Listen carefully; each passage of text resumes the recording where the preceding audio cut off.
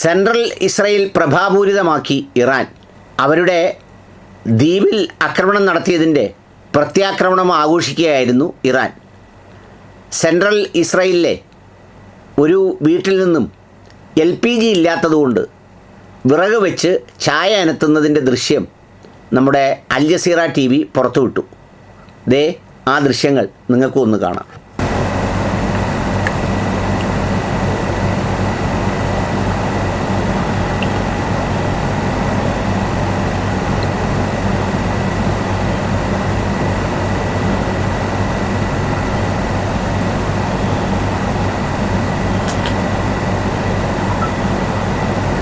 Central ഇസ്രയേലിലാണ്.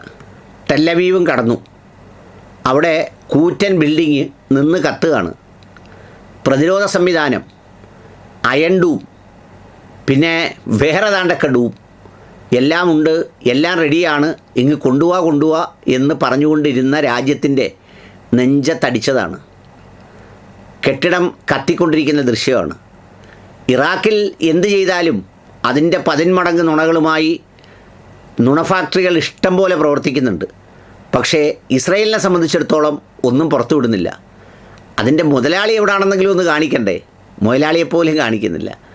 മറ്റേ ഫലസ്തീനെ അടിക്കുമ്പോൾ ഓരോ മണിക്കൂറിലും മുതലാളി പ്രത്യക്ഷപ്പെട്ട് ഞങ്ങൾ വഹിച്ചു, ഞങ്ങൾ അങ്ങനെ ചെയ്തു, നിർണായക വിജയത്തിൻ്റെ അടുത്തെത്തി എന്നൊക്കെ മുതലാളി പറയാറുള്ളതാണ്. പക്ഷേ ഇപ്പോൾ മുതലാളിയെ കാണുന്നില്ല. മുതലാളിയുടെ കൂടെ നിൽക്കുന്ന ട്രംപിൻ്റെ സ്ഥിതിയും അത് തന്നെ. പുള്ളിയാണെങ്കിൽ ഫലസ്തീൻ വിലയ്ക്ക് വാങ്ങി അവിടെ വലിയൊരു റിസോർട്ടും പണിഞ്ഞ് ബീച്ചും സുഖവാസ കേന്ദ്രവും ഒക്കെ ആക്കാനുള്ള പദ്ധതി സഹിതം പ്രഖ്യാപിച്ചതാണ്. പുള്ളിയുടെ കാര്യവും നടന്നില്ല.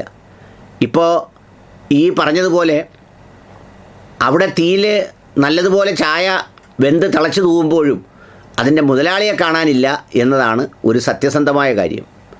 യുദ്ധം കെടുതിയാണ്. യുദ്ധം വിനാശമാണ്. യുദ്ധം മനുഷ്യർക്ക് പ്രയാസമാണ്. യുദ്ധം മനുഷ്യനെ നശിപ്പിക്കുന്ന വലിയൊരു നഷ്ടമാണ്. പക്ഷേ ഇതൊക്കെ ആരോട് പറയാൻ, ആര് കേൾക്കാൻ? അപ്പോൾ അതുകൊണ്ട് കൊടുത്താൽ കൊല്ലത്തും കിട്ടും എന്ന് പറയുന്നത് പോലെ ടെഹ്റാനിൽ കൊടുക്കുന്നതിൻ്റെ 10 മടങ്ങ് റെഡിമെയ്ഡായി ഇസ്രയേലിൽ കൊടുത്തുകൊണ്ടേയിരിക്കുകയാണ്. അതിൻ്റെ ദൃശ്യങ്ങളാണ് ഈ ചാനലുകളൊക്കെ പുറത്തുവിടുന്നത്.